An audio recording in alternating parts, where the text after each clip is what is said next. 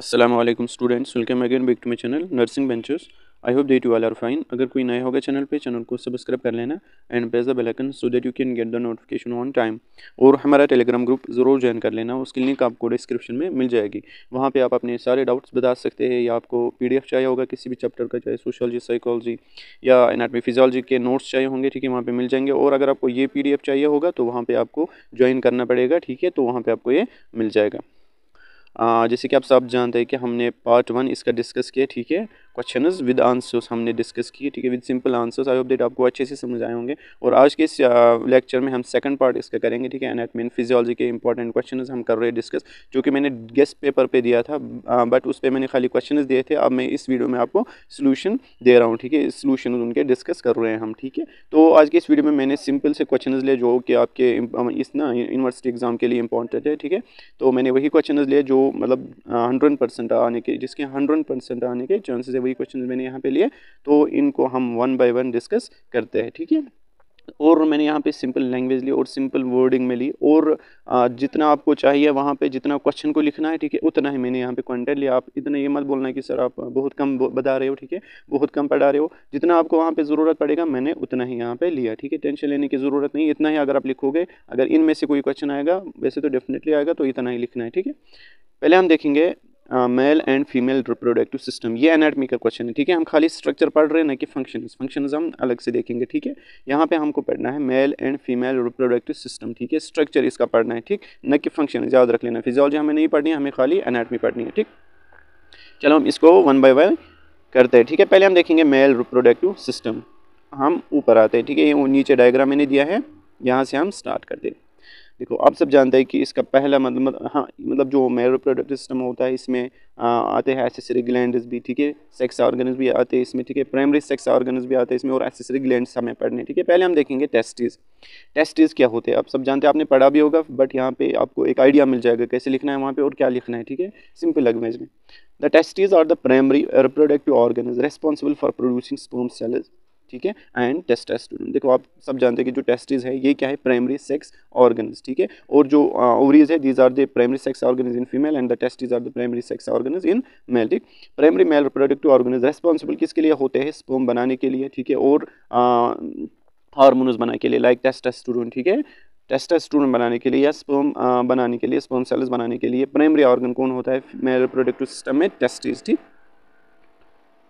उसके बाद next point, these are housed in scrotum. जो ये टेस्टिस होते हैं ये किस में, एक बैग लाइक, एक सेक लाइक स्ट्रक्चर में होते हैं, दैट्स कॉल्ड द स्क्रोटम। आपने पढ़ा होगा, ठीक है। यहाँ पे हम डायग्राम साथ साथ में देखेंगे। देखो यहाँ पे आप देख सकते हैं, ये वाले हैं, ये क्या, इधर में दिखाता हूँ, ये है टेस्टिस, ठीक है, और इनके बाहर एक कवरिंग होती है इस तरह, ठीक है, उसको हम, ये फॉर एग्जाम्पल इसमें टेस्टिस है, इनके बाहर एक कवरिंग होती है, उसको हम क्या कहते हैं, स्क्रोटम, ठीक है। और ये स्क्रोटम क्या होता है, ये एक बैग लाइक स्ट्रक्चर होता है, ठीक, आप सबको पता होगा। उसके बाद next point, a body, A pouch of skin located, ये मतलब मस्कुलर बैग होता है स्क्रोटम, ठीक है, लोकेटेड आउटसाइड द बॉडी, ये एब्डोमिनल कैविटी के बाहर होता है, मतलब आउटसाइड द बॉडी होता है ये, ठीक है, इनसाइड द बॉडी नहीं होता है, आउटसाइड द बॉडी होता है। क्यों होता है outside the body, in order to regulate the temperature of testis for optimal sperm production. ये क्यों होता है बाहर, क्योंकि आपने पढ़ा होगा जो स्क्रोटम होता है ये बॉडी के बाहर होता है, ताकि जो मतलब स्पर्म प्रोडक्शन के लिए जो ऑप्टिमम टेम्परेचर होना चाहिए, ठीक है, उसके मतलब उनको मिल जाएगा, ठीक है। और कितना होता है जो स्पर्म प्रोडक्शन के लिए, कितना मिनिमम टेम्परेचर होना चाहिए, मतलब ऑप्टिमम टेम्परेचर कितना होना चाहिए, तकरीबन 2 to 2.5, less than 2 to 2.5 body temperature, ठीक है। ग्रेटर देन लिखा है, एक सेकंड, कितना होना चाहिए, less than 2 to 2.5 body temperature. Then body temperature कितना होता है, 37 अप्रोक्सीमेटली, ठीक है। तो उससे तकरीबन 2 to 2.5 लेस, कम कितना होता है, 2 to 2.5, less than 2 to 2.5 body temperature, ठीक है। जो स्क्रोटम का जो टेम्परेचर होना है, ठीक है, होना चाहिए, वो कितना होना चाहिए, बॉडी टेम्परेचर से कम, कितना, 2 to 2.5। इसीलिए ये बाहर होते हैं ताकि जो स्पर्म्स की प्रोडक्शन है वो अच्छे से हो जाए, उनको एक ऑप्टिमम टेम्परेचर मिल जाए, इसीलिए ये बाहर होते हैं। अब यहाँ पे हम एक और पॉइंट मतलब मैं बोलूँगा क्योंकि इसने मेंशन नहीं किया है। देखो, जो स्क्रोटम होते हैं ना, सॉरी टेस्टिस होते हैं ना, वो एब्डोमिनल कैविटी से आते हैं। फॉर एग्जांपल अगर एब्डोमिनल कैविटी है, ये इससे बाहर आते हैं, ठीक है, ये इससे क्या आते हैं, ये इससे बाहर आते हैं एक कैनाल के थ्रू, उसको हम कहते हैं इंग्वाइनल कैनाल, ठीक है, इंग्वाइनल कैनाल आपको पता होगा। testes descend from abdomen to the scrotum through a canal that is called the inguinal canal। अब अगर फॉर एग्जांपल किसी में ये डिफेक्ट होता है कि टेस्टिस जो है ये डिसेंड नहीं कर रहे हैं किस में, स्क्रोटम में, ठीक है, ये स्क्रोटम में ये डिसेंड नहीं कर रहे, ठीक है, तो उस वाले मतलब डिजीज को, उस वाले डिफेक्ट को हम एक नाम देते हैं, उसको क्या कहते हैं, आपने पढ़ा होगा, उसको कहते हैं क्रिप्टोर्चिडिज्म, ठीक है, ठीक है, यहाँ तक क्रिप्टोर्काइडिज्म या क्रिप्टोर्चिडिज्म, ठीक है। यहाँ पे मैं लिखता हूँ CRIPTORCHIDISM। क्रिप्टोर्चिडिज्म क्या होता है, it's the basically the failure of descend of testis from abdomen to the scrotum, ठीक है, जो टेस्टिस होते हैं वो डिसेंड नहीं होते हैं from abdomen to the scrotum, उस वाले डिफेक्ट को हम क्या कहते हैं, क्रिप्टोर्काइडिज्म या क्रिप्टोर्चिडिज्म। अब मतलब इन टेस्टिस को हम थ्रू सर्जिकल प्रोसीजर हम क्या लेते हैं, मतलब नीचे लाते हैं, किसमें, स्क्रोटम में, उस सर्जिकल प्रोसीजर को हम क्या कहते हैं, ऑर्चियोपेक्सी, ठीक है, ऑर्चियोपेक्सी, ये याद रख लेना, ठीक है, ऑर्चियोपेक्सी मतलब it's the surgical procedure in order to descend the testis from abdomen to the scrotum, ठीक है। आई होप दैट आपको समझ आया होगा। उसके बाद नेक्स्ट यहाँ पे देख सकते हैं स्पर्म प्रोडक्शन। अब स्पर्म प्रोडक्शन कैसे होती है, मैंने बोला testis are the primary sex organs, ठीक है, इन ऑर्डर टू प्रोड्यूस, मतलब they are for purpose for the production of the sperms, ठीक है, एंड टेस्टोस्टेरोन हार्मोन। यहाँ पे आप देखें within the testis sperm cells are produced in structures called seminiferous tubules. जो टेस्टिस होता है उसके अंदर कुछ मतलब स्ट्रक्चर्स होते हैं, उनको हम क्या कहते हैं, सेमिनिफेरस ट्यूब्यूल्स। उन्हीं के अंदर असल में उन्हीं के अंदर जो स्पर्म्स होते हैं वो प्रोड्यूस होते हैं, ठीक है। आपको फॉर एग्जांपल बोलेगा कोई किस में जो स्पर्म प्रोडक्शन होती है, असल में आपको बोलना है किस में, सेमिनिफेरस ट्यूब्यूल्स, वो किस में होता है, टेस्टिस में ही, ठीक।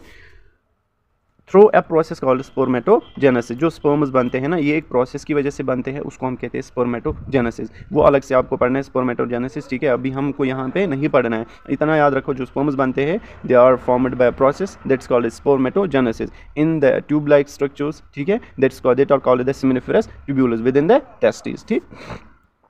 उसके बाद spermatogenesis involves the division and maturation of germ cells into sperm cells. देखो स्पर्मेटोजेनेसिस में क्या होते हैं, इसमें जो मैच्योर जर्म सेल होते हैं ना, वो डिवाइड कर लेती है, किसमें डिवाइड कर लेती है, स्पर्म सेल्स में, ठीक है।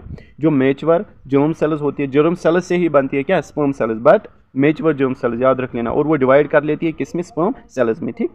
विच then move through the tubules, हम यहाँ पे फंक्शन कुछ भी नहीं पढ़ेंगे, किसी के भी फंक्शन नहीं पढ़ेंगे, खाली एनाटॉमी पढ़ रहे, याद रख लेना। Which then move through the tubules and into the epididymis for further development and storage. उसके बाद जो स्पर्म सेल्स होते हैं ये मूव कर लेते हैं किसमें, एपिडिडाइमस में, किसके लिए, फर्दर डेवलपमेंट एंड स्टोरेज के लिए। अब यहाँ पे हम डायग्राम पे आते हैं, पहले देखेंगे हम, देखो मैंने आपको बोला टेस्टिस होते हैं किसके अंदर, स्क्रोटम के अंदर। एक मतलब स्ट्रक्चर होता है मस्कुलर स्ट्रक्चर, ये टेस्टिस के ऊपर होते हैं, यहाँ पे आप देख सकते हैं एपिडिडाइमस, ठीक है, ये किसके ऊपर होते हैं, टेस्टिस के ऊपर, ठीक। ये किसके लिए होते हैं, अब हम अभी पढ़ेंगे ना एपिडिडाइमस, तो आपको समझ आएगा ये जो एपिडिडाइमस होता है ये किसके लिए होते हैं। और याद रख लेना स्पर्म्स कहाँ पे बनते हैं, सेमिनिफेरस ट्यूब्यूल के अंदर, और सेमिनिफेरस ट्यूब्यूल कहाँ होते हैं, विद इन द टेस्टिस। अब हम देखेंगे एपिडिडाइमस, ठीक। Epididymis. The epididymis is a tightly coiled tube located on the posterior surface of the each testis. Posterior मतलब उसके ऊपर या पीछे हम बोलेंगे, ठीक है। यहाँ पे देखिए आप, ये देखो यहाँ पे आपको डायग्राम में दिख रहा होगा, ये रहा एपिडिडाइमस यहाँ पे, ठीक है। तो आई होप दैट आपको समझ आया होगा कहाँ पे होते हैं, on the posterior sides of the testis, ठीक। उसके बाद नेक्स्ट पॉइंट इसी में, it serves to store and mature sperm cells produced in the testis. इसका मतलब ये क्या होता है, फंक्शन यहाँ पे, ये मत समझना ये फंक्शन है यहाँ पे, बट थोड़ा सा इंपॉर्टेंट पॉइंट है यहाँ पे, इसलिए यहाँ पे लिया मैंने।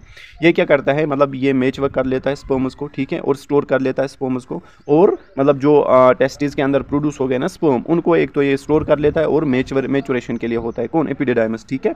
As well as to transport them from the testis to the vasa deferens during ejaculation. मतलब ड्यूरिंग इजैकुलेशन जो एपिडिडाइमस होता है ये इन स्पर्म्स को ट्रांसपोर्ट करा लेता है from the testis to the vasa deferens. अब हम इसके बाद देखेंगे वासा डिफरेंस क्या होता है। पहले क्या आया, टेस्टिस, उसके बाद एपिडिडाइमस, अब क्या है, वासा डिफरेंस। पहले मैं आपको डायग्राम दिखाता हूँ, यहाँ पे देखो ये क्या है, ये है इधर एपिडिडाइमस, ठीक है। उसके बाद ये जो मस्कुलर ट्यूब लाइक है ना, ये इधर तक, और यहाँ से भी देखो आप दोनों साइड इधर तक, ठीक है। इसको हम क्या कहते हैं, वासा डिफरेंस। यहाँ पे आप देख सकते हैं ये वाला जिसको मैं हाईलाइट कर रहा हूँ, वासा डिफरेंस। ये क्या है, एक मस्कुलर ट्यूब लाइक स्ट्रक्चर है, ठीक है, अराइजिंग फ्रॉम द एपिडिडाइमस। यहाँ पे आप देखो, ये देखो vasa deferens, the vasa deferens also known as the ductus deferens, इसको हम दूसरा नाम क्या कहते हैं, ductus deferens, is a muscular tube, ये एक मस्कुलर ट्यूब है, that transport sperm from the epididymis to the ejaculatory duct, ठीक है, ड्यूरिंग एजैकुलेशन। जो ये एपिडिडाइमस सॉरी ये जो वासा डिफर्नस है ये एपिडिडाइमस से स्पर्म्स को लेके कहाँ तक पहुँचाते हैं, इजैकुलेटरी डक्ट। अब ये इजैकुलेटरी डक्ट क्या होता है अभी बताता हूँ। During ejaculation sperm travel through the vasa deferens and mix with the fluids from the seminal vesicle to form semen. यहाँ पे देखो जो ये स्पर्म्स होते हैं ना, जो जिनको कौन कैरी कर रहा है अभी, ये जो वासा डिफर्नस, ठीक है, कहाँ पे मिल जाती है, ये सेमिनल वेसिकल के साथ, ठीक है, वहाँ पे जो फ्लूइड है उसके फ्लूइड्स के साथ मिल जाती है। यहाँ पे देखो फॉर एग्जाम्पल मैं आपको दिखाता हूँ, ये यहाँ पे टेस्टिस है, ठीक है, ये टेस्टिस है, और ये क्या है, ये एपिडिडाइमस यहाँ पे, ठीक। अब यहाँ से क्या निकला, वासा डिफर्नस, यहाँ से भी मैं दिखाता हूँ, ठीक है, दोनों साइड से, ये वासा डिफर्नस, ठीक। अब जो ये वासा डिफर्नस है ये यहाँ पे किसके साथ मिल जाती है, ब्लेडर के पास एक एसेसरी ग्लैंड होता है, दैट्स सेमिनल वेसिकल, ठीक है, सेमिनल वेसिकल। अब जो ये सेमिनल वेसिकल है ना, ये किसके साथ मिल जाते हैं, जो contents fluids of seminal vesicle होते हैं ना, ये किसके साथ मिल जाएंगे, इस वासा डिफर्नस के साथ, ठीक है। और जो ये वासा डिफर्नस है प्लस सेमिनल वेसिकल, ये एक मतलब डक्ट बनाती है, उसको हम कहते हैं इजैकुलेटरी डक्ट। सेमिनल वेसिकल और वासा डिफर्नस, जब वासा डिफर्नस किसके साथ मिल जाएगा, सेमिनल वेसिकल के साथ, वहां पे एक कॉमन डक्ट बनाती है ये, उसको हम क्या कहते हैं, इजैकुलेटरी डक्ट, ठीक। उसके बाद सेमिनल वेसिकल हम देखेंगे, ठीक है। The seminal vesicles are paired glands located behind the bladder. यहाँ पे देखो, आप पहले मैं आपको डायग्राम पे दिखाता हूँ सेमिनल वेसिकल कहाँ पे होता है, ठीक है। देखो जो ये वासा डिफर्नस है, यहाँ पे देखो ये किसके साथ मिल गया, यहाँ पे सेमिनल वेसिकल के साथ, ये है ना सेमिनल वेसिकल, जिसको मैं हाईलाइट करूंगा अभी, ठीक है, ये है सेमिनल वेसिकल यहाँ पे, ठीक। इसके साथ क्या मिल गया, वासा डिफर्नस, क्या बनाया इन्होंने, इजैकुलेटरी डक्ट, कॉमन डक्ट, ठीक है, for ejaculation of the sperms. अब जो सेमिनल वेसिकल है ये कहाँ पे होता है, यहाँ पे असल में ब्लैडर होता है ऐसे, ठीक है, इसने यहाँ पे नहीं बनाया है, ऐसे होता है ब्लैडर, और ये ब्लैडर के पास ही होता है, जो सेमिनल वेसिकल होता है ना, ये जो ग्लैंड होता है ये कहाँ पे होता है, ये यहाँ पे ही होता है, ठीक है, ब्लैडर के पास। यहाँ पे देखो ये पियर्ड ग्लैंड्स होते हैं, ये दो होते हैं, ठीक है, लोकेटेड बिहाइंड द ब्लैडर, इसके पीछे होता है, and near the base of the prostate gland, जो प्रोस्टेट ग्लैंड की बेस है ना उसके नज़दीक होता है। ये देखो यहाँ पे है ये प्रोस्टेट ग्लैंड, ये वाला पोर्शन ये है प्रोस्टेट ग्लैंड, ठीक है, और यहाँ पे देखो ये सेमिनल वेसिकल इधर है, ठीक है, तो इसी के नियर होता है, ठीक, जो बेस होती है प्रोस्टेट ग्लैंड की उसके नज़दीक होता है, और जो ब्लैडर है उसके पीछे होता है, ठीक है, याद रख लेना, लोकेशन याद रख लेना। और इनकी क्या मतलब फंक्शन क्या है, they produce a significant portion of the fluid, ये जो मतलब यहाँ पे इसने फंक्शन भी लिया है तो आपके लिए इजी हो जाएगा, ठीक है। ये जो सेमिनल वेसिकल होता है ये क्या करते हैं, ये प्रोड्यूस करते हैं मतलब इंपॉर्टेंट फ्लूइड होता है, very important, that makes up semen, जो क्या बनाते हैं, सीमन बनाते हैं। देखो स्पर्म अलग और सीमन, देखो सीमन क्या है, एक फ्लूइड होता है, उसके जब मतलब असल में जो स्पर्म होता है ना, आप बोल रहे हैं ना स्पर्म इजैकुलेट होता है, असल में आपको बोलना है सीमन इजैकुलेट होता है, ठीक है, खाली स्पर्म नहीं होता है इजैकुलेट, सीमन मतलब जो भी जितने भी फ्लूइड्स होते हैं ना प्रोस्टेट ग्लैंड का या सेमिनल वेसिकल, ठीक है। और जो ये सेमिनल वेसिकल की जो फ्लूइड होता है ये क्या बनाता है, सीमन बनाता है, और क्या करता है काम, प्रोवाइडिंग न्यूट्रेंट्स, ये प्रोवाइड न्यूट्रेंट्स करता है, किन के लिए, स्पर्म्स के लिए, and enzymes to nourish and protect sperm cells. एक तो न्यूट्रेंट्स करता है प्रोवाइड किनको, स्पर्म्स को, और क्या करता है, एंजाइम्स करता है, ठीक है, प्रोवाइड किनको, स्पर्म्स को, ताकि जो स्पर्म्स है ये बच जाए, ठीक है। उसके बाद next gland that's prostate gland, ये मैंने आपको अभी दिखाया, फिर भी दिखा रहा हूँ डायग्राम पे, ये कहाँ पे होता है, इधर, ये देखो ये मैं दिखा रहा हूँ रेड से, ठीक है, ये वाला ये है प्रोस्टेट ग्लैंड। अब इसको मैं यहाँ पे देखो, इसको मैं हाईलाइट कर रहा हूँ, प्रोस्टेट ग्लैंड कहाँ पे होता है, ठीक है, मतलब वहीं पे होता है, सेमिनल वेसिकल के नीचे ही होता है, ठीक है। अब देखो prostate gland, the prostate gland is a walnut sized gland located below the bladder. जो सेमिनल वेसिकल था वो कहाँ था, बिहाइंड द ब्लैडर, बट जो प्रोस्टेट ग्लैंड है वो कहाँ पे होता है, below the bladder and surrounding the urethra. ये क्या करता है, ये यूरिथ्रा को सराउंड करता है, ठीक है। इसकी फंक्शन क्या है, it secrets a milky alkaline fluid, ये क्या करता है, एक अल्कलाइन फ्लूइड, अल्कलाइन क्यों, ताकि जो देखो अल्कलाइन क्यों कर रहा है, अभी देखो आप, अभी यहाँ पे लिखा होगा, ठीक है, ये क्या कर रहा है, ये एक अल्कलाइन फ्लूइड करता है सीक्रेट, कौन, प्रोस्टेट ग्लैंड, याद रख लेना, प्रोस्टेट ग्लैंड एक अल्कलाइन फ्लूइड सीक्रेट करता है। आपको पता होगा जो यूरिन होता है उसका पीएच वो एसिडिक होता है, ठीक है। अब जब फॉर एग्जांपल किसी ने यूरिन किया तो वहाँ पे थोड़ा सा होगा ना, फिर भी तो ये जो प्रोस्टेट ग्लैंड है ये अल्कलाइन फ्लूइड सीक्रेट करता है, ताकि जो ये एसिड होता है यूरिथ्रा में, ठीक है, कुछ बचा हुआ उसको न्यूट्रलाइज करे, ताकि क्यों होता है, क्योंकि मतलब ताकि जो स्पर्म्स है उनकी डेथ ना हो जाए, ठीक है, उन मतलब in order to protect the sperms from acidic environment, this prostate glands produce alkaline fluid that prevents these sperms, ठीक है, from acidic environment, ठीक,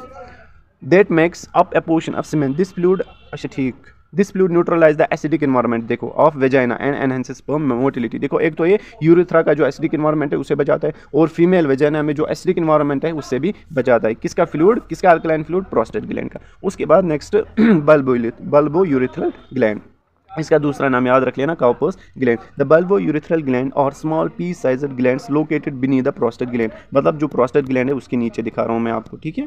यहाँ पे एक सेकंड इधर देखना, ठीक है, नज़र रख लेना। जो ये ना काउपर्स ग्लैंड होता है ये कहाँ पे होता है, जो प्रोस्टेट ग्लैंड है उसके नीचे। ये पी साइज जोड़े छोटे पी साइज, इधर देखो ये वाले, एक सेकंड ये दिख रहा है आपको, ये वाले पोर्शन, ये दो ग्लैंड्स ये छोटे, इधर देखो मैं इसको हाईलाइट कर रहा हूँ, बल्बो यूरेथ्रल ग्लैंड, ठीक है। ये कहाँ पे होते हैं, बीनीथ द प्रोस्टेट ग्लैंड, ठीक। अब इसकी फंक्शन देखते हैं यहाँ पे हम, अब आपको फंक्शन भी यहाँ से हो रहा है, ठीक है।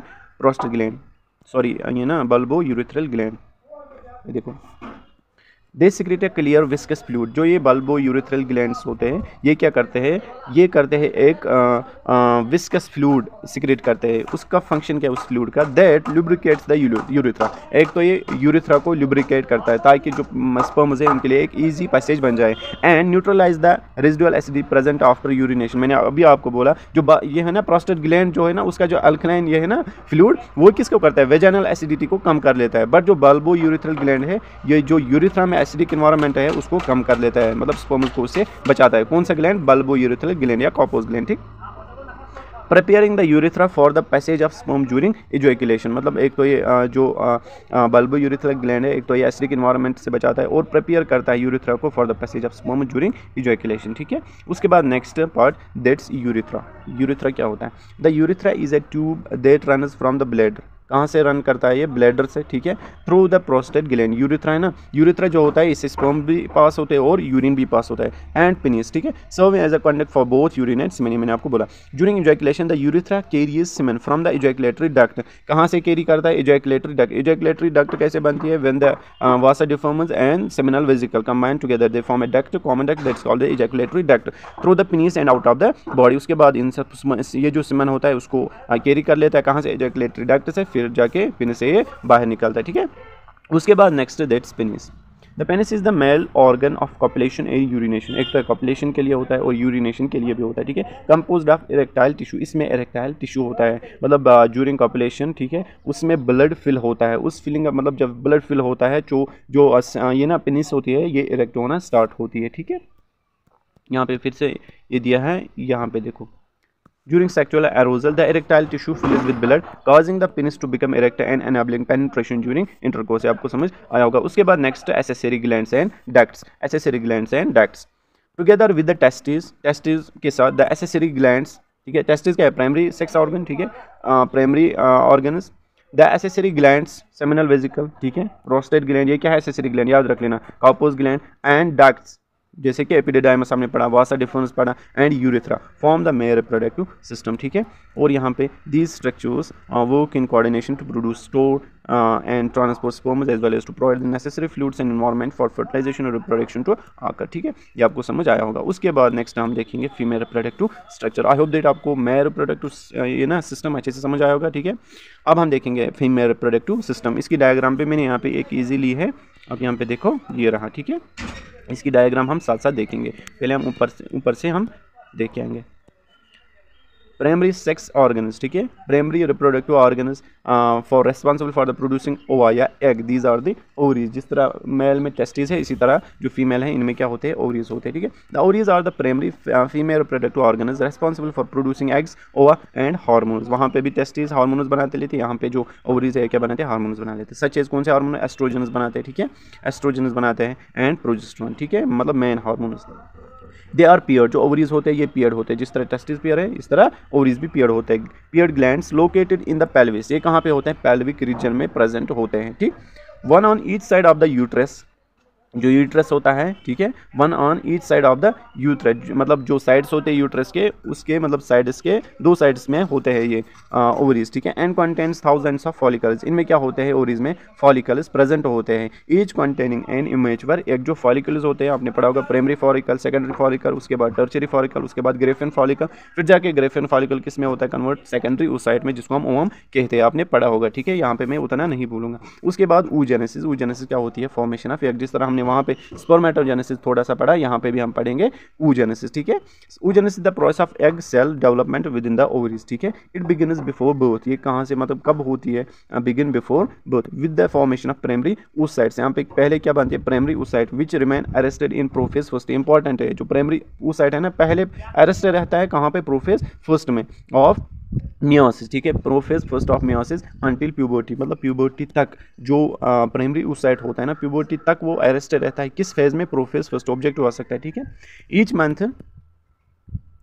Each month during the menstrual cycle one or more primary oocytes mature into secondary oocytes and are released during ovulation। देखो यहाँ पे इंपॉर्टेंट पॉइंट है, इसने थोड़ा सा यहाँ पे मुझे लगता है गड़बड़ किया, क्योंकि मतलब ईच मंथ या ड्यूरिंग मेंस्ट्रुअल साइकिल जो प्राइमरी oocyte होते हैं ना, मेच्योर होते हैं ना इंटू सेकेंडरी oocytes, मतलब असल में मैक्सिमम 99% में क्या होता है, एक ही एग रिलीज होता है, एक ही ओम रिलीज होता है, ठीक है। मतलब इन सम केसेस जब फिर ट्विन्स बनते हैं या डाइजाइगोटिक ट्विन्स बनते हैं, ठीक है, तो वहाँ पे एक या एक से ज़्यादा ओम रिलीज हो सकते हैं, ठीक है। मतलब वो स्मॉल केस में होता है, ठीक है। उसके बाद नेक्स्ट इसका पार्ट है दैट्स फिलिपियन ट्यूब, उसको हम दूसरा नाम कहते हैं ओविडक्ट, ठीक है। फिलिपियन ट्यूब इसका दूसरा नाम क्या है, ओविडक्ट। द फिलिपियन ट्यूब यहाँ पे हम देखेंगे, पहले डायग्राम तो मैंने बताया नहीं आपको, ये देखो यहाँ पे ओवरी है, जिस तरह टेस्टिस थे इसी तरह यहाँ पे ओवरी, ठीक है। और यहाँ पे एक मस्कुलर पोर्शन, उसको हम क्या कहते हैं, फिलिपियन ट्यूब। ये देखो आप, इसको मैं, ये रही ओवरी, ये रहा फिलिपियन ट्यूब। अब हम देखेंगे फिलिपियन ट्यूब क्या होता है। Fallopian tubes are a pair of cylindral tubes, ये क्या होते हैं, एक सिलेंड्रल टाइप होते हैं, that extend from the ovaries to the uterus। कहाँ से होता है extend to the ovaries to the from the ovaries to the uterus। ये देखो यहाँ से एक्सटेंड हो गया ऐसे ऐसे ऐसे और यूट्रस की तरफ, ठीक है। यहाँ से भी ऐसे ऐसे ऐसे यूट्रस तक, ठीक है। Extend from the ovaries to the uterus, कौन, फिलिपियन ट्यूब्स।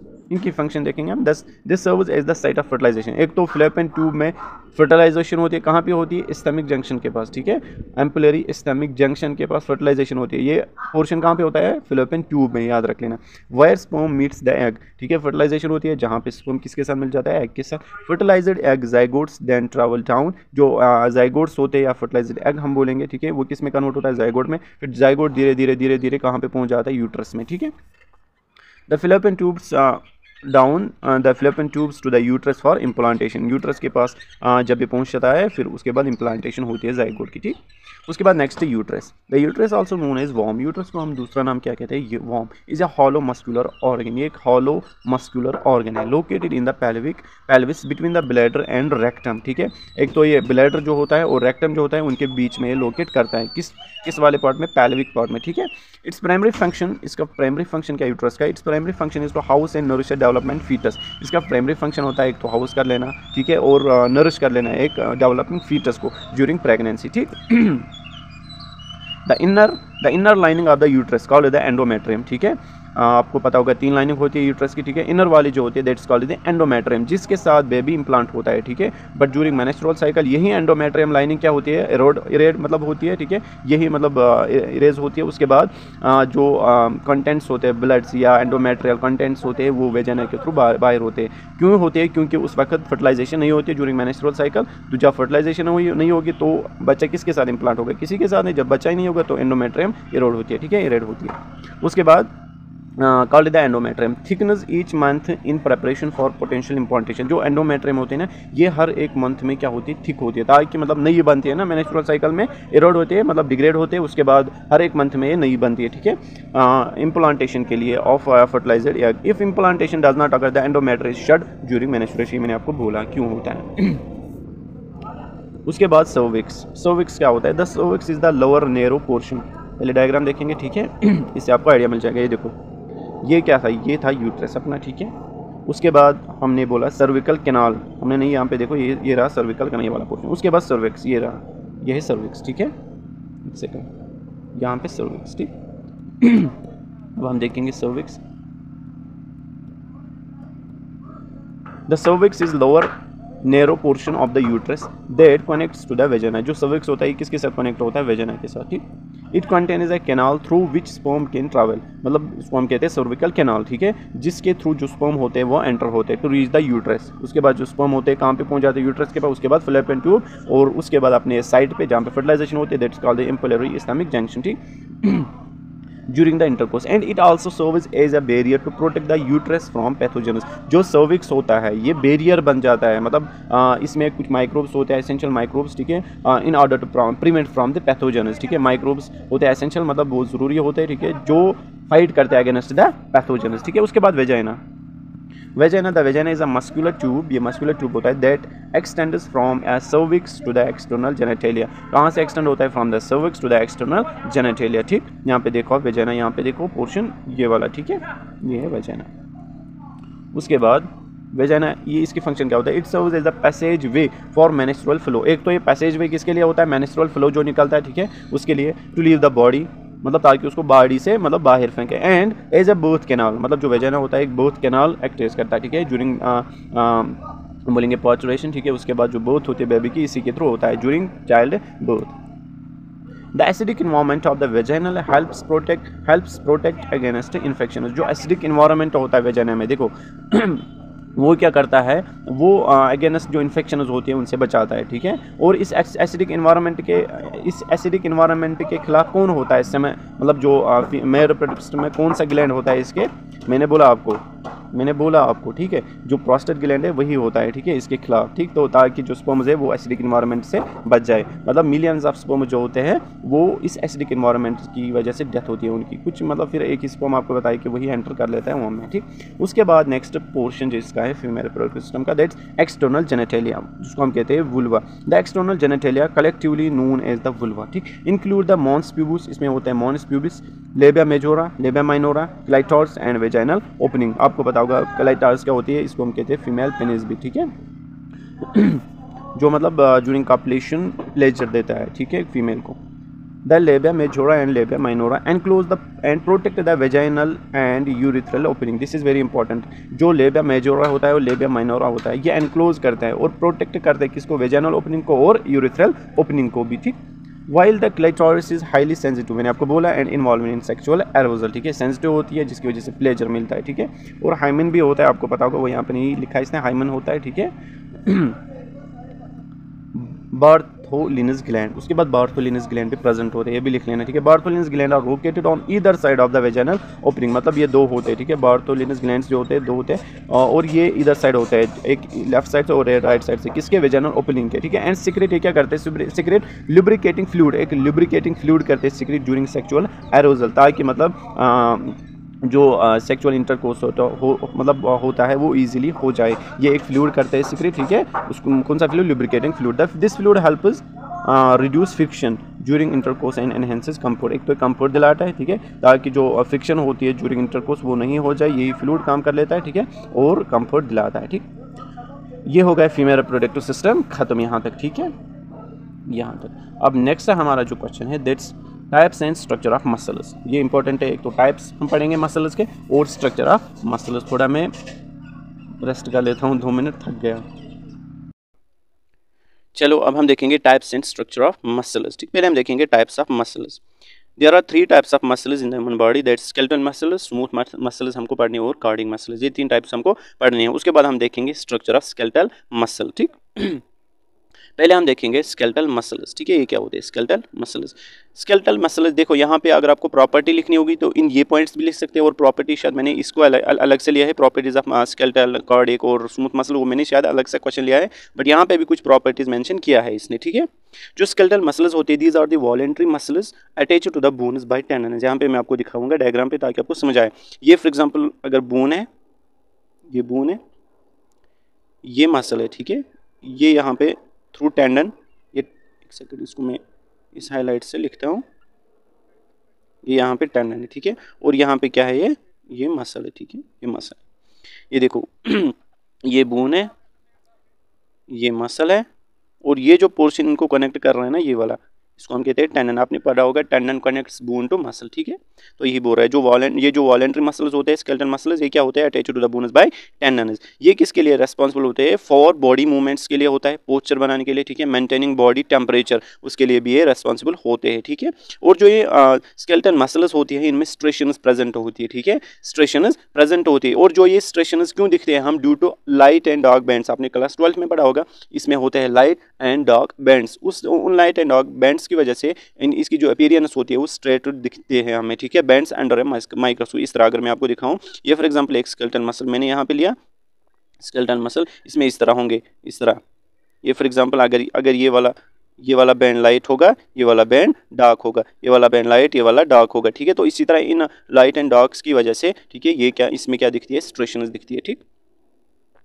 उसके बाद नेक्स्ट पॉइंट, मल्टी न्यूक्लिएटेड जो स्केलेटल मसल होता है, ये क्या होते हैं, मल्टी न्यूक्लिएटेड। इसको हम कहते हैं, कौन सी कंडीशन कहते हैं, सिंशियम कंडीशन, याद रख लेना, सिंशियम कंडीशन में प्रेजेंट होती है। सेल्स कॉल्ड मसल फाइबर्स, ठीक है, controlled by the somatic nervous system. और जो स्केलेटल मसल्स होते हैं ना, ये क्या होती है, वॉलेंट्री होती है, और उनको कौन कंट्रोल करता है, हमारा जो ये होता है नर्वस सिस्टम, वही कंट्रोल कर लेता है, ठीक है। इसमें एग्जाम्पल अगर हम देखेंगे स्केलेटल मसल की, इसमें एग्जाम्पल आएंगे, बाइसेप्स आएंगे, क्वाड्रिसेप्स आएंगे एंड ट्रेपेजियस मसल आएंगे इसमें, ठीक है। उसके बाद नेक्स्ट टाइप मैंने यहाँ पे 5-6 पॉइंट्स लिए हैं, इतना आपके लिए इंपॉर्टेंट। वहाँ पे आपको प्रॉपर्टीज आएंगे, ठीक है, या टाइप्स आ सकते हैं, डेफिनेटली आएंगे। पिछले साल आया था this properties of skeletal muscles, अब आपको आएंगे स्मूथ एंड कार्डियक मसल्स। अब हम देखेंगे स्मूथ मसल्स। स्मूथ मसल्स क्या होते हैं, these are the involuntary muscles found in the walls of internal organs. जो स्मूथ मसल्स होते हैं ना, ये क्या होते हैं, इनवॉलेंट्री, बट स्केलेटल मसल्स क्या थे, वॉलेंट्री, ये हमारे विल में नहीं होते हैं, ठीक है। और ये कहाँ पे प्रेजेंट होते हैं, इंटरनल ऑर्गन्स जो होते हैं वहाँ पे प्रेजेंट होते हैं, और जो ब्लड वेसल्स होते हैं वहाँ पे प्रेजेंट होते हैं, और जो ईयरवेज होते हैं, मतलब अल्वियोलाई, वहाँ पे प्रेजेंट होते हैं स्मूथ मसल्स, ठीक है। उसके बाद नेक्स्ट पॉइंट, ये किसके लिए रेस्पॉन्सिबल होते हैं, involuntary movements such as peristalsis. जब हम फूड खाते हैं तो उस फेगस में जो पेरिस्टालिसिस होती है उसके लिए इंपॉर्टेंट होता है, रेस्पॉन्सिबल होता है। इन द डाइजेस्टिव ट्रैक्ट मैंने आपको बोला, रेगुलेशन ऑफ ब्लड फ्लो।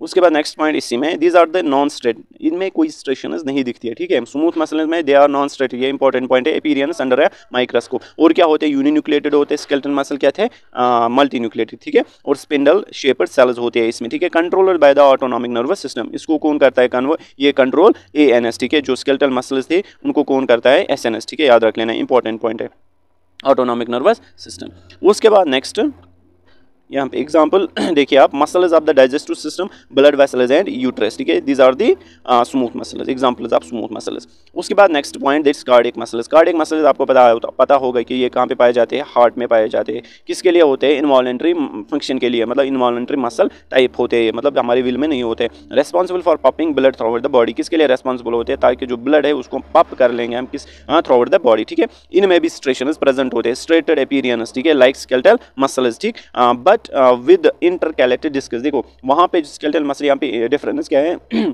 वो भी स्ट्रेशंस, उसमें भी स्ट्रेशंस होते हैं, इसमें भी होते हैं, बट वहां पे इंटरकैलेटेड डिस्कस नहीं होती है, ठीक है, बिटवीन द स्ट्रेशंस, बट इसमें होते हैं, ठीक है। ब्रांचिंग सेल्स होते हैं इसमें विद अ सिंगल न्यूक्लियस होते हैं, कंट्रोल्ड बाय द ऑटोनॉमिक, ये भी कंट्रोल, इसको भी कंट्रोल करता है कौन, ANS, ठीक है, इसको भी कौन कंट्रोल करता है, ANS, क्योंकि इनवॉलेंट्री है, ठीक है।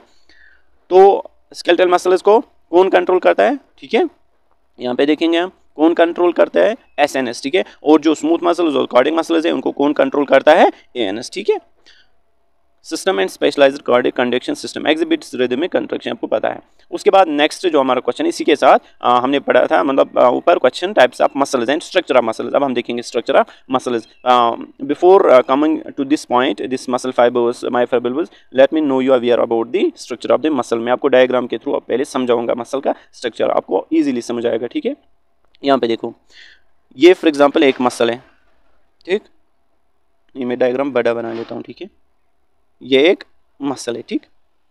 और जो ये मसल है ना, ये एक मसल है, ठीक है, मैंने यहाँ पे सिंपल सी डायग्राम बनाई, ये एक मसल है। इस मसल के बाहर एक कवरिंग होती है, ठीक है, इस मसल के बाहर एक कवरिंग होती है, उस कवरिंग को हम कहते हैं एपिमाइसियम, ठीक है। मसल के बाहर कवरिंग होती है, मतलब फुल मसल के बाहर कवरिंग होती है, हर एक मसल के बाहर कवरिंग होती है, उसको हम कहते हैं एपिमाइसियम। अब इस मसल के अंदर कुछ बंडल्स होते हैं, यहाँ पे देखो मैं आपको दिखाता हूँ, कुछ बंडल्स होते हैं ऐसे ऐसे, मैं यहाँ पे 3 बंडल्स बनाऊंगा, ठीक है, ऐसे, ठीक है। कुछ बंडल्स होते हैं, इनको हम कहते हैं मसल बंडल्स। क्या कहते हैं इनको, मसल बंडल्स, याद रख लेना, ये स्ट्रक्चर इंपॉर्टेंट, ये आता है एग्जाम में, ठीक है। इनको हम कहते हैं मसल बंडल्स, मसल बंडल्स, यहाँ पे शॉर्ट फॉर्म लिखूंगा, या कहेंगे इनको हम फेजिकल्स, ठीक है, FASICLES, फेजिकल्स, ठीक है। मैंने बोला मसल के बाहर कवरिंग होती है एपिमाइसियम, इस मसल के अंदर कुछ बंडल्स होते हैं जिनको हम कहते हैं मसल बंडल्स, या कहते हैं हम उनको फेजिकल्स। और इन मसल बंडल्स या फेजिकल्स के बाहर भी एक कवरिंग होती है, उसको हम कहते हैं पेरीमाइसियम, ठीक है, याद रख लेना। इनके बाहर एक कवरिंग होती है, यहाँ पे लिख लेता हूँ। इस कवरिंग को हम, ये वाली कवरिंग ना, ये वाली कवरिंग, ठीक है, ये वाली कवरिंग जो है इसको हम कहते हैं पेरीमाइसियम, PERIMYCIUM लिख लेना खुद, ठीक है, पेरीमाइसियम। अब जो ये मसल बंडल्स है या इनको हम कहते हैं फेजिकल्स, इनके अंदर भी कुछ फाइबर्स होते हैं, ठीक है, ऐसे छोटे छोटे फाइबर्स होते हैं इनके अंदर। मैं दिखाऊंगा आपको ऐसे ऐसे छोटे फाइबर्स। और इन छोटे फाइबर्स को अगर मैं बाहर निकालता हूँ इनको, ठीक है, इनको मैं बाहर निकालता हूँ, ये वाले छोटे फाइबर्स, ठीक है, ये जो छोटे फाइबर्स होते हैं ना, इनको हम कहते हैं मसल फाइबर्स, या इन्हीं को हम कहते हैं दूसरा नाम मसल सेल्स। क्या कहते हैं इनको? मसल फाइबर्स या मसल सेल्स, ठीक है, ये खुद लिख लेना, ठीक है, यहाँ पे हैंड राइटिंग अच्छी नहीं है तो खुद लिख लेना, मसल फाइबर्स या मसल सेल्स। और इन मसल फाइबर्स, जिस तरह मसल के बाहर एपिमाइसियम, मसल बंडल के बाहर कवरिंग पेरीमाइसियम, इसी तरह इन मसल फाइबर्स या मसल सेल्स के बाहर भी एक कवरिंग होती है, उसको हम कहते हैं एंडोमाइसियम, याद रख लेना, ठीक है। उसको हम कहते हैं एंडोमाइसियम, ठीक है, इनको हम कहते हैं, इसको हम कहते हैं, इस कवरिंग को हम कहते हैं एंडोमाइसियम। यही मसल फाइबर, इसी में होते हैं कुछ स्ट्रेशंस। अगर मैं यही मसल सेल आपको दिखाऊंगा ऐसे, ये फॉर एग्जांपल मसल सेल्स है ना, ये ऐसे होते हैं, और इन्हीं में इस तरह होते हैं striations due to light and dark bands, ठीक है। आई होप दैट आपको मसल का स्ट्रक्चर समझ आया होगा। अब हम ये पढ़ेंगे, ठीक है, अब आपको ईजिली ये समझ आएगा। ये देखो यहाँ पे स्ट्रक्चर ऑफ मसल फाइबर्स पहले हम देखेंगे। बेसिक स्ट्रक्चरल यूनिट, ठीक है, ऑफ मसल्स, मतलब मसल्स इन्हीं से बनते हैं ना, जिनको हम मसल सेल्स भी कहते हैं, ठीक है। लॉन्ग सिलेंड्रिकल सेल्स मैंने आपको अभी दिखाया डायग्राम पे, ये देखो डायग्राम अभी दिखाया मैंने, ये देखो ये वाली डायग्राम ना, लास्ट वाली ये वाली डायग्राम है ना, लॉन्ग सिलेंड्रिकल शेप होती है इसकी, देखो, विद मल्टी न्यूक्लियर, मतलब सिंशियम कंडीशन अभी हमने पढ़ा ऊपर। कंपोज्ड ऑफ मायोफिब्रिल्स, इनमें क्या होते हैं? मायोफिब्रिल्स होते हैं, ठीक है, हाँ, कंपोज्ड ऑफ मायोफिब्रिल्स। और इन मसल, ये जो मसल होते हैं ना, मसल सेल्स, इनके अंदर भी कुछ फिब्रिल्स होते हैं, ऐसे ऐसे मायोफिब्रिल्स होते हैं, उनको हम कहते हैं मायोफिब्रिल्स, ठीक है, मायोफिब्रिल्स, याद रख लेना ये पॉइंट भी। मैं फिर से रिवाइज कर रहा हूँ इसको, ठीक है। मैंने बोला आपको मसल के बाहर एपिमाइसियम कवरिंग, और मसल के अंदर कुछ बंडल्स होते हैं, उनको हम कहते हैं मसल बंडल्स या फेजिकल्स, और उन मसल बंडल्स के बाहर जो कवरिंग होते हैं उसको हम कहते हैं पेरीमाइसियम। उसके बाद नेक्स्ट मैंने बोला मसल बंडल्स के अंदर मसल फाइबर्स होते हैं, मसल सेल्स, और उन मसल सेल्स के बाहर कवरिंग होती है, उसको हम कहते हैं एंडोमाइसियम। और जो मसल सेल्स होती है इनके अंदर भी कुछ फिब्रिल्स होते हैं, उनको हम कहते हैं मायोफिब्रिल्स, ठीक। अब यहाँ पे देखो आप मायोफिब्रिल्स हम देखेंगे, ठीक है। These are the thread like structures, एक minute sorry, thread like structures with muscle fibres, ठीक है, muscle fibres composed of contractile protein actin and protein. In muscle ये जो मायोफिब्रिल्स होती है, इनमें ये किसके बने होते हैं?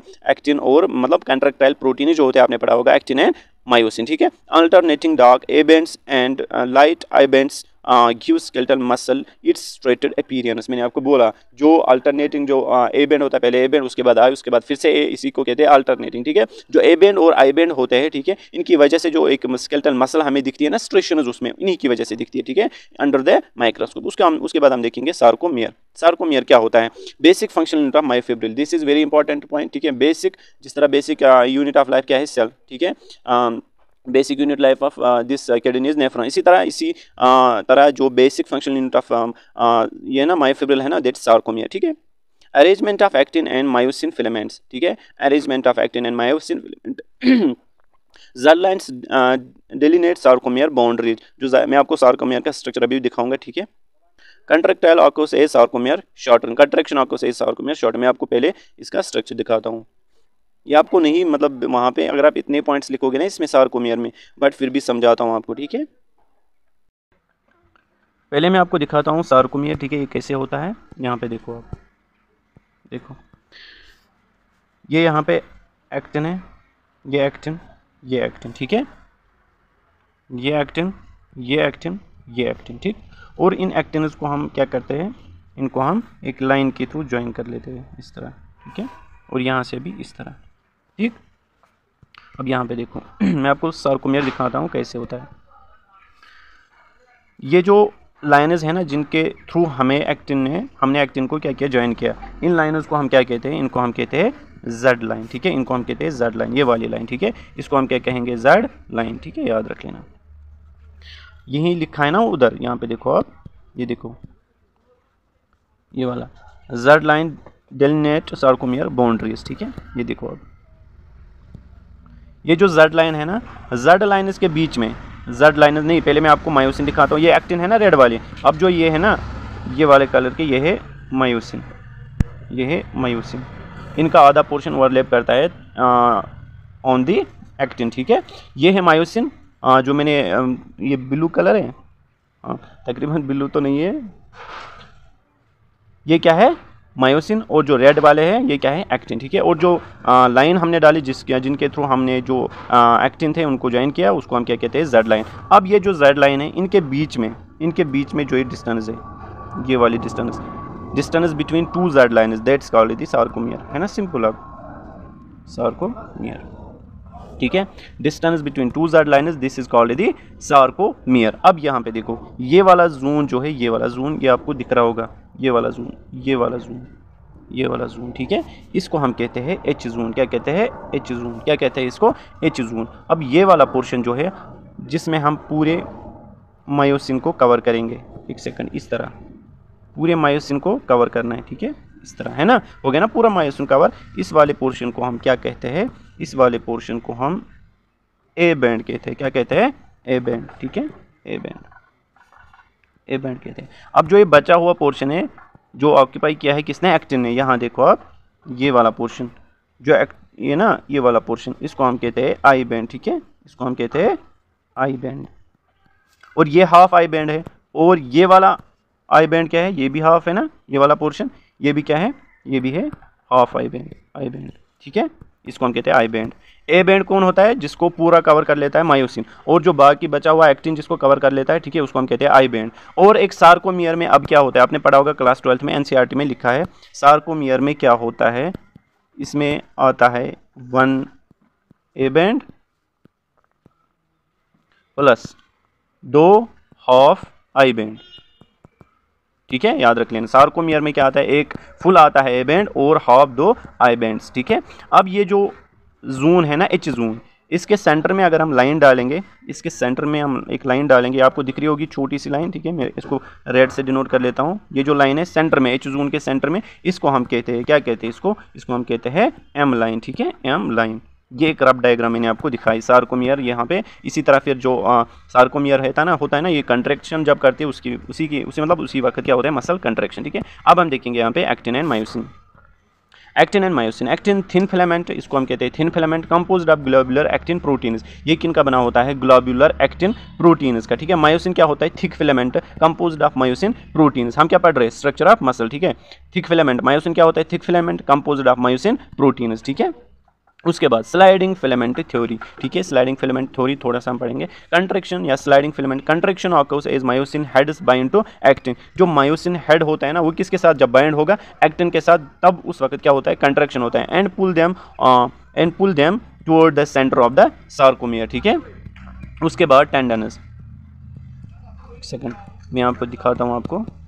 जो मायोसिन होता है ना, यहाँ पे देखो इंपॉर्टेंट है, ड्यूरिंग कंट्रैक्शन जो मायोसिन हेड होता है ना, वो किसके साथ बाइंड होता है? एक्टिन के साथ, ठीक है।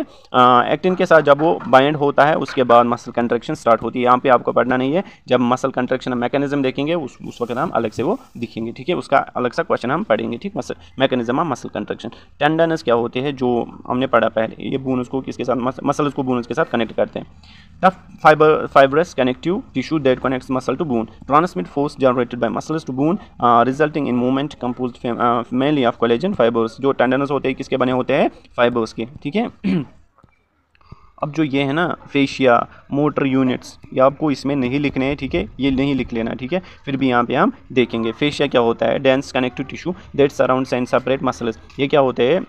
ये डेंस कनेक्टिव टिश्यू है जो मसल को ये ना एक तो ये सराउंड करते हैं और सेपरेट कर लेते हैं, ठीक है। Provide support and protection to muscles, एक तो ये सपोर्ट कर लेते हैं मसल्स को और प्रोटेक्शन देते हैं। Other internal structures allow smooth movement of muscles against each other. उसके बाद मोटर यूनिट्स, ये क्या होते हैं? Functional units consisting of a motor neuron and all the muscle fibres it innervates, ठीक है। उसके बाद मोटर न्यूरॉन्स रिलीज न्यूरोट्रॉन, जो मोटर न्यूरॉन्स होते हैं ना, ये क्या करते हैं? रिलीज न्यूरोट्रांसमीटर, एग्जांपल एसिटाइलकोलिन है, डोपामाइन है, ठीक है। एट न्यूरोमस्कुलर जंक्शंस, ये हमने कल ही पढ़ा, ठीक है। इनिशिएटिंग मसल कंट्रैक्शन, ठीक है। Requirement of motor units allows for varying degree of muscle force. अब हम देखेंगे मसल कंट्रैक्शन, ठीक है, मसल कंट्रैक्शन कैसे होती है। देखो, initiated by no impulses from motor neurons, जो नो इम्पल्सेस आती है ना फ्रॉम मोटर न्यूरॉन्स, वही इनिशिएट करती है क्या, मसल कंट्रैक्शन, ठीक है। जो कैल्शियम आयन्स होते हैं released from the sarcoplasmic reticulum, जिस तरह एक सेल में, सिंपल सेल में होते हैं एंडोप्लाज्मिक रेटिकुलम, इस तरह जो मसल सेल में होता है, ठीक है, इसमें क्या होता है, स्केलेटल मसल में जो एंडोप्लाज्मिक रेटिकुलम होता है that's called the sarcoplasmic reticulum, ठीक है। वो क्या करते हैं, रिलीज, उसमें से रिलीज होते हैं कैल्शियम आयन्स। ये जो कैल्शियम आयन्स होते हैं बाइंड होते हैं किसके साथ, ट्रोपोनिन के साथ। मतलब ये जो ट्रोपोनिन है तो ना असल में मास्किंग रखता है, ठीक है, ताकि जो एक्टिव साइट होती है ना एक्टिन की, ट्रोपोनिन जो होता है ना वो मतलब बाइंड होता है एक्टिव साइट जो होती है इसकी एक्टिन की जो एक्टिव साइट होती है उसको बाइंड कर लेता है। उसके साथ फिर मायोसिन हेड जो होता है वो बाइंड नहीं होता है। अब जो ये कैल्शियम होता है ये इस ट्रोपोनिन इस केपिंग को हटाता है, इस ट्रोपोनिन केपिंग को हटाता है। कौन, कैल्शियम, जो कि रिलीज किसने किया है, सार्कोप्लाज्मिक रेटिकुलम ने। यहाँ पे मैं आपको दिखाता हूँ, ये फॉर एग्जाम्पल एक्टिन है, ठीक है, ये एक्टिन है, ये एक्टिन फिलामेंट्स है, इनके ऊपर जो कवरिंग होती है जिन्होंने साइड को बंद किया है दैट्स कॉल्ड द ट्रोपोनिन, ठीक है, ट्रोपोनिन। अब मायोसिन हेड है, उसको किसके साथ बाइंड होना है, इसके एक्टिन के साथ, ठीक है, तब जाके कंट्रैक्शन हो जाएगी। बट जो एक्टिन की जो साइट होती है, एक्टिव साइट होती है जिसके साथ मायोसिन का हेड बाइंड होता है, वो किसने कवर किया है, ट्रोपोनिन ने। अब मसल कंट्रैक्शन नहीं होगी। अब जो कैल्शियम आता है, ठीक है, ये कैल्शियम आता है, ये कैल्शियम 2 पॉजिटिव आता है, ठीक है, ये किसके साथ बाइंड होता है, ये कहाँ से आता है, सार्कोप्लाज्मिक रेटिकुलम से, ठीक है, जो कि एंडोप्लाज्मिक रेटिकुलम होता है स्केलेटल मसल में, ठीक है। तो ये क्या करता है, ये इसको हटाता है, इस ट्रोपोनिन को हटाता है, बेटा तू हट जा, ठीक है। जब ये हट जाता है, यहाँ पे देखो, यहाँ पे देखो, ये एक्टिव साइट है, ठीक है, ये क्या होती है, एक्सपोज होती है, ये ओपन होती है। उसके बाद यहाँ से मायोसिन, ये मायोसिन हेड आता है, ये मायोसिन का हेड आता है, इसके साथ बाइंड होता है, मसल कंट्रैक्शन स्टार्ट होती है, ठीक है। अब यहाँ पे देखो, मैंने आपको दिखाया मसल कंट्रैक्शन कैसी होती है, मैंने रफली समझाया आपको। Myosin head binds to actin, ठीक है, forming cross bridge and ATP hydrolysis powers the sliding of actin filaments past myosin filaments, ठीक है, ये मैंने आपको बोला। Contraction ceases when calcium ions are pumped back into the sarcoplasmic. जो contraction है ना, ये कब सीज होती है, खत्म कब होती है, स्टॉप कब होती है, जब कैल्शियम आयन्स को ब्लॉक किया जाता है, पंप किया जाता है back into the sarcoplasmic reticulum and ATP is required to detach myosin heads from actin. और अब अगर मतलब ये जो ये है मायोसिन, ठीक है, ये है सॉरी एक्टिन, ये है एक्टिन, ठीक है, ये है एक्टिन, ये है मायोसिन का हेड, ठीक है, इसके साथ बाइंड हो गया। अब इसको छुड़ाना है ना इसके साथ, तो एटीपी यहाँ पे लगता है ताकि इससे ये छुटकारा मिल जाए, ठीक है। उसके बाद मसल कंट्रैक्शन स्टॉप होती है। ये थी मसल कंट्रैक्शन। ये आपको मतलब पढ़ा होगा अपने, सार्कोमियर कंट्रैक्ट होती है, ठीक है, तो ये स्लाइडिंग फिलामेंट के थ्रू, तो उसके बाद मसल कंट्रैक्शन होती है। आपने पढ़ा होगा अच्छे से, फिर भी यहाँ पे मैंने थोड़ा सा बोला।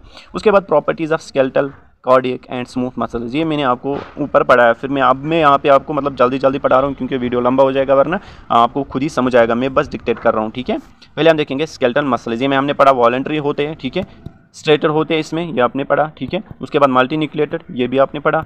उसके बाद फास्ट कंट्रैक्शन होती है इसमें, ये इसकी प्रॉपर्टी है, ठीक है। उसके बाद लार्ज फोर्स जनरेशन, मतलब इसके थ्रू हम मतलब बहुत सारा फोर्स जनरेट कर सकते हैं, ठीक है। उसके बाद लिमिटेड रिजनरेशन, ठीक है। उसके बाद क्रॉस ब्रिज साइकिल, अभी हमने पढ़ा क्रॉस ब्रिज बनाता है जो मायोसिन हेड होता है, किसके साथ होता है, इसके साथ एक्टिन के साथ जब होता है क्रॉस ब्रिज बनाता है, ठीक है, तो इनमें क्रॉस ब्रिज बनते हैं। ये थे दिस स्केलेटल मसल्स के प्रॉपर्टी। उसके बाद कार्डियक मसल्स, ये भी हमने ऊपर पढ़े, इनवॉलंटरी होते हैं, ठीक है, मैंने बोला यहाँ पे मैं बस डिक्टेट करूँगा। स्ट्रेटेड एपिरियनस होते हैं, स्ट्रेटेड स्ट्रेशनस होते हैं, इनमें यूनिन्यूक्लिएटेड होते हैं, कंटिन्यूस कंट्रैक्शन, ठीक है, ये क्या है, कार्डियक है ना, हार्ट के मसल्स कंटिन्यूसली कंट्रैक्ट करते हैं, ठीक है, कंट्रैक्शन रिलैक्सेशन। एंड्योरेंस, ये क्या होते हैं, मैंने आपको नहीं बोला। They are highly resistant to fatigue, मतलब वो थकते नहीं है, मतलब रेजिस्टेंट होते हैं, जिस तरह स्केलेटल मसल्स थकते हैं, ठीक है, वो फैटिग हो जाते हैं, बट जो कार्डियक मसल्स होते हैं they are resistant to fatigue, ठीक है, इसको हम कहते हैं एंड्योरेंस। इंपॉर्टेंट है, allowing the heart to beat continuously throughout life without timing, ठीक है। उसके बाद सिंक्रोनाइजेशन, ये क्या होता है, ये भी मैं आपको नहीं बोलता हूँ, ठीक है। कार्डियक मसल्स मसल सेल्स और इंटरकनेक्टेड बाय इंटरकैलेक्टिक डिस्क्स, पर मैंने फिर भी आपको बोला, इसमें होते हैं intercalated discs which allows for synchronised contraction efficient pumping of blood, ठीक है। उसके बाद लिमिटेड रिजनरेशन, ठीक है। उसके बाद क्रॉस ब्रिज साइकिलिंग, इसमें भी होती है। उसके बाद हम देखेंगे स्मूथ मसल्स, ये क्या होती है, इनवॉलंटरी होती है, इसमें स्ट्रेशंस नहीं होती है, न्यूक्लिएटेड यूनिन्यूक्लिएटेड होते हैं। उसके बाद स्लो कंट्रैक्शन होता है इसमें, ठीक है। उसके बाद ये थे फैटिग रेजिस्टेंस, मतलब फैटिग रेजिस्टेंस होते हैं, they exhibit high fatigue resistance allowing them to maintain prolonged contraction without tiring, ये भी थकते नहीं। उसके बाद रिजनरेशन पावर है इसमें, ठीक है। उसके बाद कंट्रोल्ड बाय कैल्शियम की वेरिएबिलिटी इन स्ट्रक्चर, ठीक है। Smooth muscle exhibit structure variability with difference in arrangement और organisation depending on their location and function in the body, मतलब इसका जो स्ट्रक्चर होता है वो वेरी करता है depending on the position of the body, ठीक है। तो ये था आज के वीडियो में। आई होप दैट आपको अच्छा मतलब वीडियो अच्छा लगा होगा और हेल्पफुल लगा होगा, तो प्लीज़ चैनल को सब्सक्राइब कर लेना। और अगर बाकी जो क्वेश्चन मैंने दिया, अगर आपको उनका भी वीडियो पार्ट 3 चाहिए तो प्लीज़ कमेंट सेक्शन में बता देना, आपको वो मिल जाएगा इंशाल्लाह। मिलते हैं नेक्स्ट वीडियो में, तब तक के लिए अल्लाह हाफिज़।